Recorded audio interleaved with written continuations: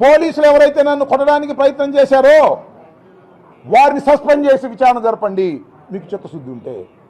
మీకు చిత్తశుద్ధి లేకపోతే న్యాయస్థానాల ద్వారా ఇవి జరిగేటట్టు చూస్తాం. న్యాయస్థానాల్లో లాంగ్ ప్రొసీజర్ జరిగితే 3 సంవత్సరాలు దాటితే మళ్ళా ఈ రాష్ట్రానికి జగన్మోహన్ రెడ్డి ముఖ్యమంత్రి కాబోతున్నాడని కూడా నేను స్పష్టంగా చెప్పగలను.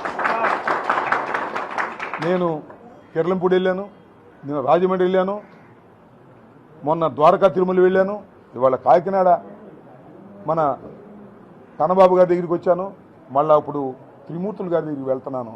ఎక్కడికి వెళ్ళినా ప్రజల్లో కసి పెరిగింది. పరిపాలన గాలికి వదిలేశాడు చంద్రబాబు నాయుడు.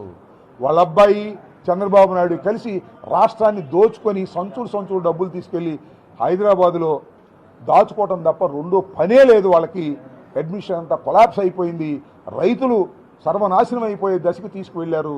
అలాంటి పరిపాలన ఇక మనకు వద్దు అని 2 సంవత్సరాల్లోనే ప్రజలు నిర్ణయించుకున్నారనేది నా వ్యక్తిగతమైన అభిప్రాయం. కాకపోతే మీరు చూడండి, లోకల్ బాడీ ఎలక్షన్స్ పెడితే చూద్దాం, పోలీసులు ప్రయోగించకపోతే. ఇవన్నీ కూడా మీ అందరి ఆశీస్సులతో ప్రజా వ్యతిరేకత మూటగట్టుకున్నటువంటి ఈ ప్రభుత్వాన్ని దించేంత వరకు కూడా మనం అందరం కలిసికట్టుగా పనిచేద్దామని ఈ సందర్భంగా నేను మనవి చేస్తున్నాను.